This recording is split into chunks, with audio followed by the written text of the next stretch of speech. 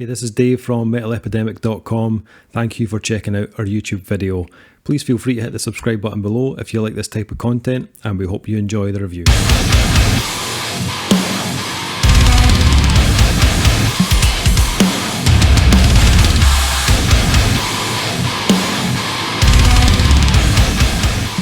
What is up, guys? Dave here from Metal Epidemic, back with another album review, and for this review, Duncan Kyle and myself have been checking out the new album from Swedish Black Death juggernauts, Humanity's Last Breath. The band's new album, Välde, will be released on February 12th via Unique Leader Records. Okay, so album number 4, for Humanity's Last Breath, and Välde follows up the band's 2019 release, Abyssal, so not a massive gap between albums, to be honest. And as far as I'm aware, the band's guitarist, Buster Odholm, he usually does pretty much everything himself. He did the majority of the writing on the last album, as well as the recording, the producing, the mixing, the mastering, so I'm assuming he's behind the majority of those things on Välde as well.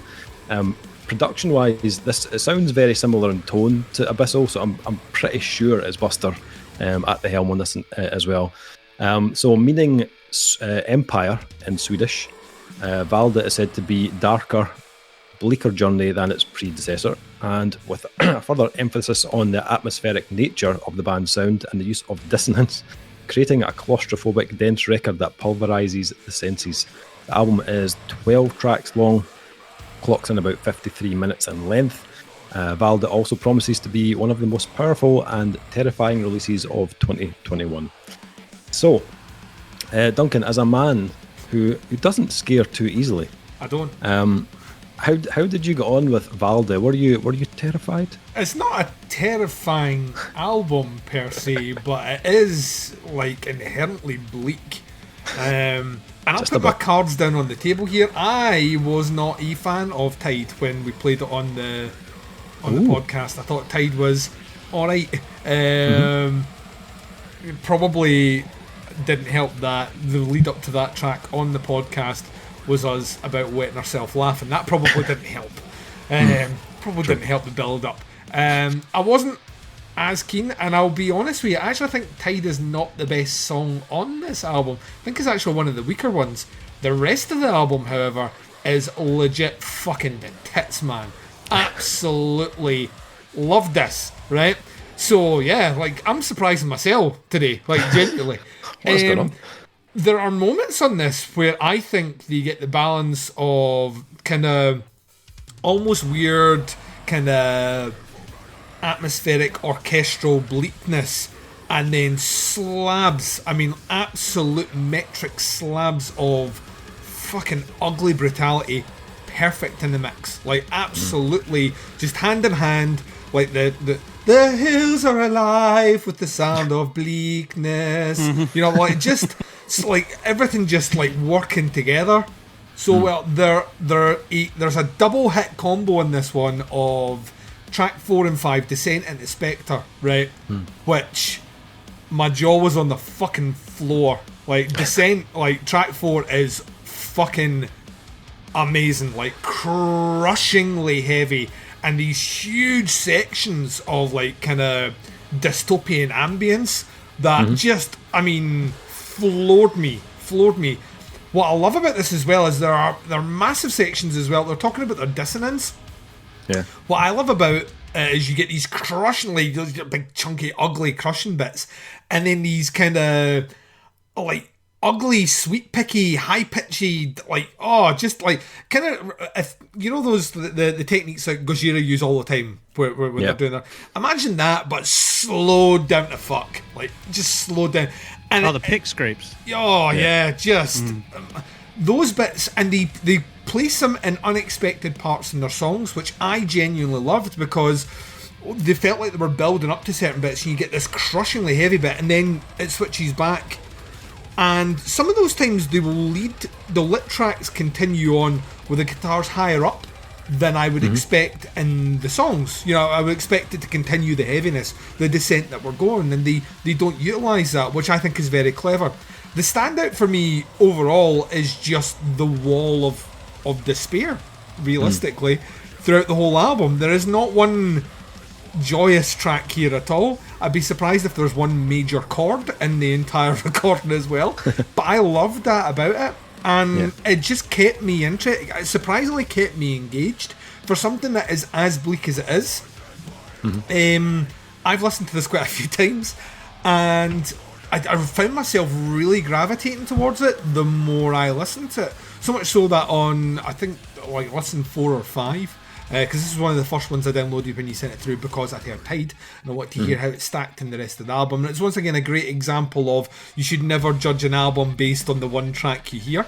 Because like I say, I think Tide is maybe the weakest link on this album overall. It's the one where it doesn't actually do much in the way of anything remarkable. It's not a bad song or poorly written, it's just the rest of the album is far more rewarding in what they craft. Vocally, it's punishing. It's like absolutely just incredibly visceral. To the point like this guy gargles with like fucking sulfuric acid. Pisses thunder. I loved. Genuinely, just found myself. I get the feeling. I'm going to put my cards on the table here. I get the feeling that as much as we're all going to be happy when we all get our COVID vaccinations and we can all start being around real people again and celebrating the world emerging from the confines of lockdown, that the music will not reflect that. I think there's a lot of bands that are about to drop the bleakest sounding albums you've ever fucking heard, and we should strap ourselves in for that. The mood music that we're going to get when we get back into the real world is not going to reflect the good times that we're having when we get back in there. And I think that Välde is the first in what is going to be a long series of albums which are very, very, very crushingly bleak. It's a brilliant album. I'd never heard of them before. Not on my radar or anything.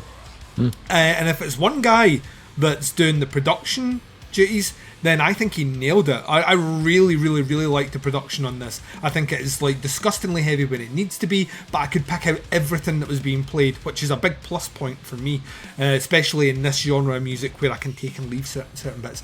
The added elements, and this is the last thing I'll say, I know I'm going on, the added elements of the kind of Blackened parts they bring in work surprisingly well as well. I think like those specifically to do with the vocals and the atmospherics that they brought over from some of the black metal genre, I think work really, really, really well. So yeah, I was hugely surprised by Humanity's Last Breath. Oh, nice. Kyle, what did you make of this one? I was surprised too. I'd heard of them, I'd heard the name, and when it appeared in the inbox I was like, oh cool, I finally get to check them out. So I didn't really know what I was getting into, but then so I put it on and I was like, holy shit, this is bleak, this is dark, this is down there. And I'm into that, having recorded and done and loved bands like this for as long as possible, especially when they said for fans of Meshuggah. I was like, okay. Tick. Yep, that ticks a box right away. They get as heavy as Meshuggah, I'm not gonna lie. They don't get as crazy or like weirdly out of time and stuff as Meshuggah at all. So, but I mean, they're definitely as heavy, and the production is really, really suits the sound. Like, I don't know how low they're tuning their guitars, but there is low, like lower than I go in F sharp, and it's like, wow, that sounds really good. Yeah. Only thing I can say is time-aligned drums. Not sure of the samples, but it's definitely time-aligned. And everything's always on the beat. Like, great, thanks very much. It's not what metal should be, but whatever.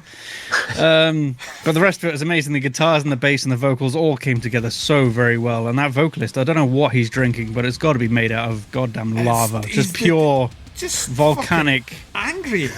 Yeah, I know. Like just what? Like at times, I would say needlessly angry. I think, like, at points, I was like that. You know what I mean? There's a choir of satanic angels singing behind this section here. Maybe how much? Yeah. You know what I mean? No. I think not in Humanity's Last Breath. No. He needs a bit of yoga or something in his life. Yeah, probably. He needs to get Välde. Yeah. Which is a bad joke unless you're Scottish, and then it's a worse joke. I can't remember what I was going to say now. Oh yeah, there's the end of Dehumanized, track 6, made me sit up and check what the fuck, because it just randomly fades out, and I thought that was really weird, and maybe I would have made a different choice on that, but that's the only thing I can say. The rest of it was, and the last song is especially full of personality. I love the last song. It's so good. I honestly, I kind of wish the rest of the album was a little bit more like that. But there were so many good elements, like all the atmospheric from the black metal stuff, and lots of choirs and little bits here and there. It wasn't overbearing. Sometimes I wished it was a little bit more of that, just to make it stand out a bit more. But this is so punishingly heavy that I was just enjoying myself anyway. So not really much bad I can say, except for don't do fade outs, because what the fuck, why? And that last song, lean into that more, because that was amazing. That like push and pull in the beginning, it was so good. I really loved it. I was like, oh, do this more. Nice. For myself, I must admit, on my first listen to this, I was absolutely exhausted after it. I mean, completely I can see that, yeah. and utterly spent. Just absolutely done. It's a fairly lengthy release, like, and it doesn't let up at all. You're talking like 53 minutes running time, and it is just constant for that 53 minutes. And like, but genre-wise, it's a really good mix. It's got, you know, parts kind of deathcore in there. They've obviously got death metal in there, and then you've got a bit of kind of technical death metal in there as well, but with that kind of blackened element thrown in. But everything is just coated in this bleak, ominous mood that it just runs right through the album. It basically feels like Välde has had any kind of happiness sucked right out of it. You know what I mean? And all that's left is this just disgusting slab of misery. It's just disgusting from start to end. It's on the secret menu for a prostitute, by the way. I want you to suck the happiness from me. And they will go to town if you don't get mates rates in it either, so I'm just warning you. It's a grueling listen, isn't it? Jesus, like grueling's the word that, like, see, when you were describing it there, I was thinking, yeah, it's like a war of attrition. It's like the band's like, see that statement from the statement of intent where you're going, is it horrific? You know, like, do you feel the horror? There's a certain ballsiness to putting a statement out with that about, you know, this is the bleakest thing you hear this year, and, you know, fair play to them. They're a band that, you know, put their money where their mouth is 100%. Yeah, totally. I think a lot of it is to do with the production. I think the kind of the like colossal size of the production suited the band's style down to a T. You know, the guitars, as Kyle said, are super detuned. They just growl through the album. You know, those like the chugs and the like pick scrapes you mentioned. Everything just sounds really nasty, but in a good way. And it delivers. Like, see, when those breakdowns hit, oh my god, like, it's just, you know, it's an album, it's filled with stank face, you know what I mean? It's just like, oh my god, every track has a part on it when you're just like, holy shit. And while I'm on the guitars, I want to just quickly mention, I watched a playthrough video on YouTube of the track Tide, which we played on the podcast, and it took me about 10 seconds to realise what was actually happening, because not only does he play this Buster Oldham, he plays left-handed, all right, but hey, easy now. Explains how evil it sounds. Before you start throwing shade at the lefties here. I'm not very sure. No shade. The strings are the opposite way around. So his bottom string, the thick string, is at the bottom of the guitar, like he's playing upside down. So it's like Jimi Hendrix used to do. Yeah, like a reverse Hendrix, basically. You know what I mean? Like the strings are the other way around. Yeah. It's also on the secret prostitutes list as well. I'll have the reverse Hendrix, please. We call it the voodoo chili. It's spicy. Means that she eats vindaloo before you give her anal. That's. Oh my god. What? Oh Jesus. You're welcome. Are we though? Yeah. Right, these guys might have the bleakest sounding album, but I'm going to have the most disgusting review. Right, there you are. Shots fired. This album's disgusting. Duncan's like, fucking one up you there. Hold my beer. Hold my beer and my curry. I'm my latex sheet. Yeah, and my cock. Right, so whoa. Jesus. Right, Dave. Sorry, back. Sorry, yeah. Anyway, so he plays left-handed. Left-handed. Plays the strings upside down. How many strings? Oh, I didn't count them. I don't know. There must be at a minimum 7. There must be. Yeah. Oh yeah. Probably. It sounds just disgusting. And I don't know if it was just for that video or if he plays like that all the time, but either way. I mean, the whole album's that way, so it must be the entire thing. I just love the idea of him just doing that for the video. Fuck it, I'll just play it upside down. Play it. I love the idea of him also being right-handed and just playing it upside down left-handed just for shits and giggles on the video. Fucking well played, sir. I'm going to record my next video with my ukulele now. It wasn't just the guitar tone though. I mean, the drums are thick and pummeling. The bass is definitely there, but it's more of a thickener than anything else. Yeah. It's not. Yeah, it's not an album. A shame, actually. It's not an album for bass lovers, really, is it? There's all I could hear was sub, which is fine, which is slapping. what bass is. But I mean, yeah, it was a bit like, come on, you can get some of that. If you put some grind in it, it really makes things heavy as well. There's some of that 1K and above grind in a bass is like just really, really thickens it up even more. So what you don't know is the bass player plays a bass with no strings. So there you go. All this was MIDI bass. I quite liked it. I know what you guys are saying, but actually, I quite like to me, they use it in a way to create, like, it's almost walls of atmospherics, but using the bass. It's like there's really detuned kind of, because it's not in sections. It's not even following what the guitars are doing, which I really enjoyed that. But then again, I'm not a string playing musician, so I can say that. Really? Yeah. So production wise, heavy as fuck. Even and just as you've said, the vocals sound demonic really just through the whole thing, whether it's the guttural roars or the more kind of tonal stuff that's kind of placed throughout these tracks. They sound there was devastating. tonal stuff on this? Yeah. Where? The tone is bleak, but it is there. I missed that. Musically and sonically, as I said, I found this pretty overwhelming on first listen. There is so much going on, especially guitar-wise. The tracks on this, they constantly twist and turn in all directions, really. You know, whether that's timings or tempos, rhythmically. It just feels like it's continuously morphing throughout. And it's just unbelievably heavy. You know, there's very little let up in the heaviness department. The only thing that really changes is that the tempo or the rhythm and the style of the riffs. And they, as I said, they kind of flip between this. Some of the riffs had a bit of a kind of genty feel to them, even though it's like really heavy and like Blackened, and there's parts of kind of Deathcore in there as well that had that kind of genty tone to it at times. And then they flip it into those like kind of pacier, like techier death metal moments. You know, I mean, just like at the flip of a switch, really. And they do it with such a level of intricacy that it's hard not to be impressed with what they're doing.